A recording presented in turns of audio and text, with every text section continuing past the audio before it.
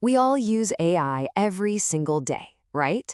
But have you ever stopped to wonder what's actually going on behind the curtain?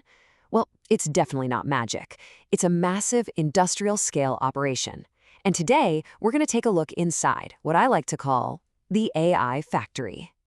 So think about it. You type a question into a chatbot, you ask an AI to create an image, or you get a recommendation on what to watch next. It all feels so seamless, almost instant. But what is really happening in those few seconds between your question and that sometimes shockingly human-like answer? Well, the best way to wrap your head around it is to picture a massive, sprawling, and unbelievably complex factory. This AI factory, that's the key idea for today. It's this whole interconnected system of hardware, software, and data, all working together in perfect harmony to produce what feels like intelligence. So, our tour of this factory has a few really important stops. First, we're going to head down to the engine room, check out the raw power, the compute, and the networking. Then we'll visit the gigantic data warehouse. After that, it's up to the control tower to see how this whole thing is managed. And finally, we'll look at how the entire operation is being tweaked to run faster and, you guessed it, a whole lot cheaper. All right, let's step inside. So, why a factory? Why that analogy? Because look, a single AI model is just one tool in the toolbox. But a truly powerful AI, that's a complete system. It's got specialized departments, crazy complex supply chains, and production lines that are just roaring 24/7, all built for one thing, to turn raw data into refined intelligence. Every factory needs power, right? Well, the AI factory's engine room is one of the most power-hungry on the entire planet. We're now stepping into the heart of it all, the compute and networking section. This is where all that raw computational horsepower gets generated and sent where it needs to go. And inside this engine room, there's a really clear division of labor. You've got the real heavy lifters, the GPUs and TPUs. These are the specialized chips designed for the insane parallel calculations that AI models thrive on. But before they can do their thing, you've got the CPUs acting like the prep team, cleaning and organizing all the data. And for some super specific high-speed jobs, you have these things called accelerators, which are like custom-built tools right on the assembly line. Now, here's the thing, and this is absolutely critical. You can have thousands of the most powerful processors in the world, but if they can't communicate with each other at lightning speed, you just have a room full of very expensive, very hot paperweights. The real bottleneck is communication. And this slide just shows you the incredible race to solve that exact problem. I mean, look at this. Back in 2016, it was like having a single bike on a winding little path. Fast forward just 8 years, and with the latest NVLink, we've built a multi-lane superhighway connecting 72 GPUs at once, with an absolutely mind-boggling 130 times terabytes per second of bandwidth. That leap is what makes today's giant AI models even possible. So when you're building these data superhighways, you hit a fork in the road. On one side, you've got InfiniBand. Think of this like a dedicated private Formula One racetrack. Yeah, it's proprietary, it's more expensive, but it gives you the absolute peak performance. On the other side, you have something called ROSI, which runs on standard Ethernet. It's more like a bustling city grid.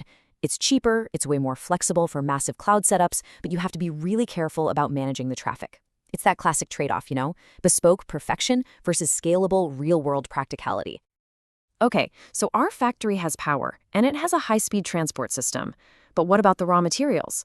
All that power is totally useless without data. So let's head over to the data warehouse.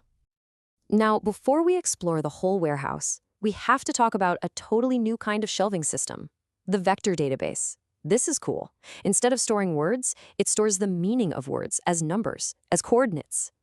It's like a giant map where the word king is located really close to queen, but super far away from banana. This lets an AI find related ideas almost instantly, which is the secret sauce behind incredibly powerful new techniques like retrieval augmented generation, or RAG.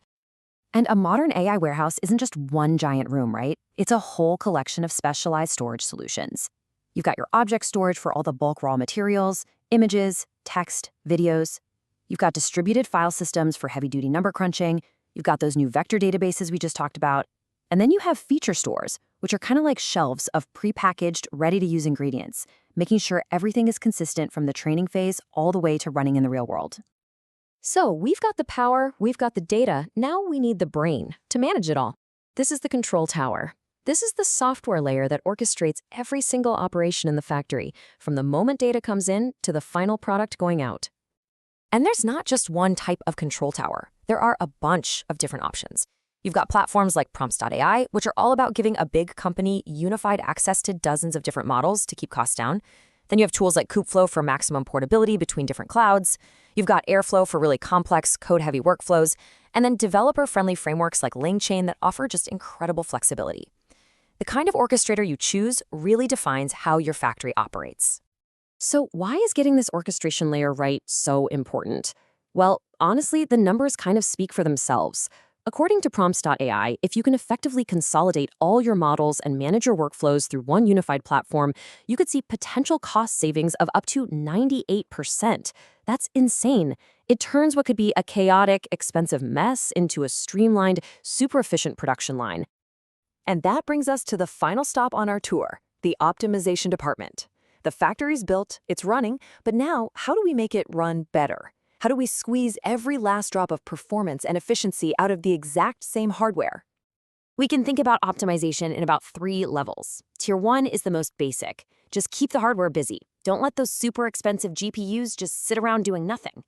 Tier 2 is where the really clever software tricks come into play. This is what you might call algorithmic warfare, using smart caching to fix memory bottlenecks and clever prediction techniques to speed things up. And Tier 3 is all about those tiny marginal gains, small surgical optimizations that, when you're running at a massive scale, add up to huge savings. And one of the most powerful techniques from Tier 2 is something called speculative decoding.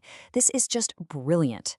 You use a small, fast model to basically sketch out a rough draft of the answer. Then the big, powerful model comes in, and instead of generating word by word, it just verifies that draft all at once. If the draft is good, boom, you just generated a bunch of words for the cost of one quick check. It's like having a junior assistant pre-write your emails for you to just quickly approve.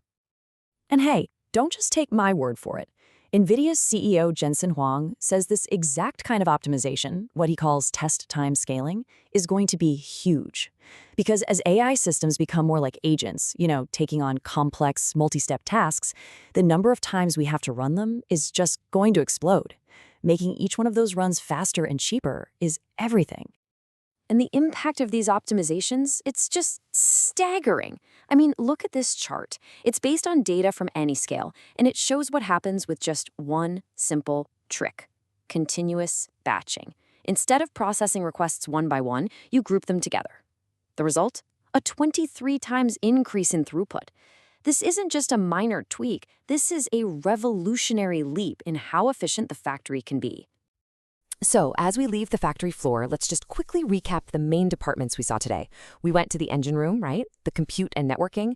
We saw the massive warehouse with its specialized storage. We went up to the control tower for orchestration, and we visited the efficiency experts in optimization. Every single part is absolutely crucial to making the whole thing work. And that brings us to our final and maybe most important thought. These AI factories are quickly becoming the new centers of industrial power. They are incredibly complex and wildly expensive to build and operate. So as we sit here and marvel at what they can do, we also have to start asking a really critical question.